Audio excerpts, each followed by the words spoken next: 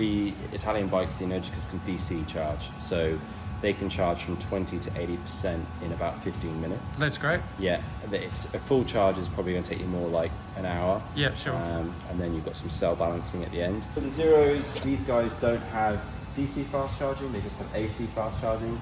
But with accessories, you can actually get their charging speed up to about 12 kilowatts, 13 kilowatts. So with these battery sizes, you can actually charge them in about an hour if you've got an AC fast charger like that. Which is pretty good.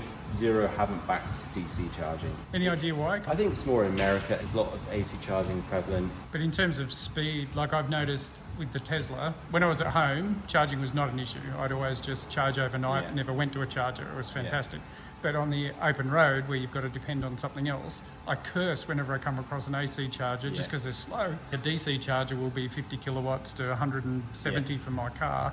Whereas AC will be like 7 or 11 and be 4 hours instead of 40 minutes or 20 minutes. So why back AC if it's slower, do you think? I think it's different philosophies. So the Italians have taken the philosophy that if you're on the road, you're going to stop, you want a quick stop, DC charge, then you get home and do a slow AC charge. So they've invested more into DC charging. Their AC charging is actually pretty slow, it's 3 kilowatts. Whereas the Zeros can AC charge up to 12 or 13 kilowatts. Right. So the Zero have just got a different mindset where they feel like you're more likely to stop for a couple of hours, you know, an hour or two, want to charge your bike, have something to eat. Whereas the Italians have kind of taken the mindset that when you stop on the road, you want to stop and you want to just be back on your way within 20 minutes, which is kind of more in line with a lot of other EV players like Tesla. That being said, DC charging does take its toll on a battery. With the Zeros and AC charging, you're probably not going to get much cell damage or loss of capacity because the charge rate's a lot slower. With the DC charging, you can use it when you're on the road. We just wouldn't recommend consistently DC charging and not AC charging in between. The AC charging really helps to balance the cells, so the bikes start to charge up the whole battery pack, and then the last sort of bit is then slowly working out, okay, we need to top up that cell.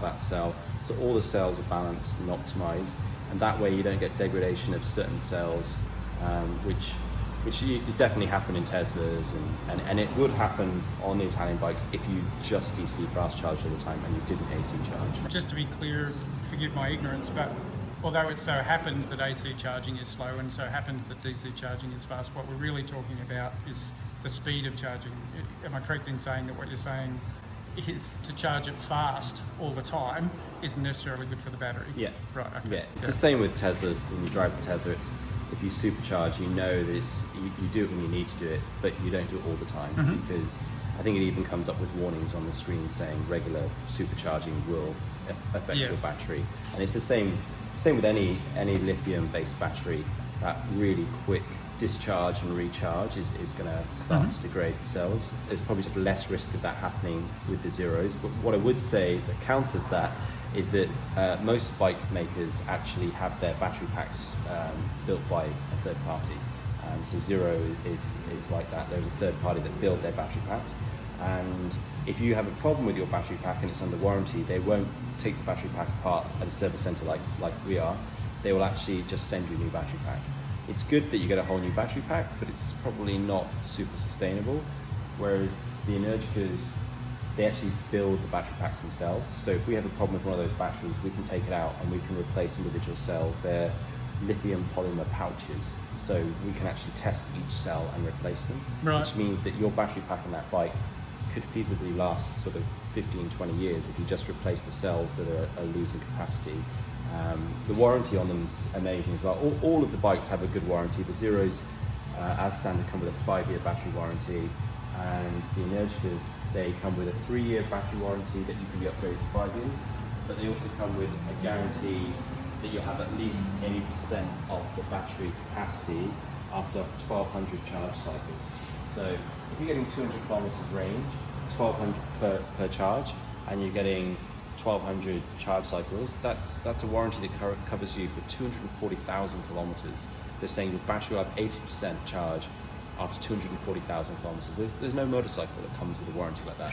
No. It's pretty staggering. I mean, the caveat is that it's your 3 or 5 years. If they come before you reach that, then that's when your warranty ends. But But I think the fact that they're willing to back their bikes to that level shows quality. And those bikes, that's another major difference between these brands, is Energicas were developed in racing, so the battery management, the heat management, everything was developed for racing, so it's super advanced, probably to the level that most consumers are not going to get. They're not going to experience what happens when the batteries overheat, you know, when you push it on a track, because the bikes can handle it. Whereas with the Zeros, these were built for street. So if you took one of these to the track, and there's lots of videos of guys on YouTube doing that, you will start to see power loss, because they're not cooled, they're not liquid cooled, they don't have the advanced management systems that the racing bikes have. So I wouldn't take your street bike to the track, whereas you can take your Energicas to a track if that's what you're into.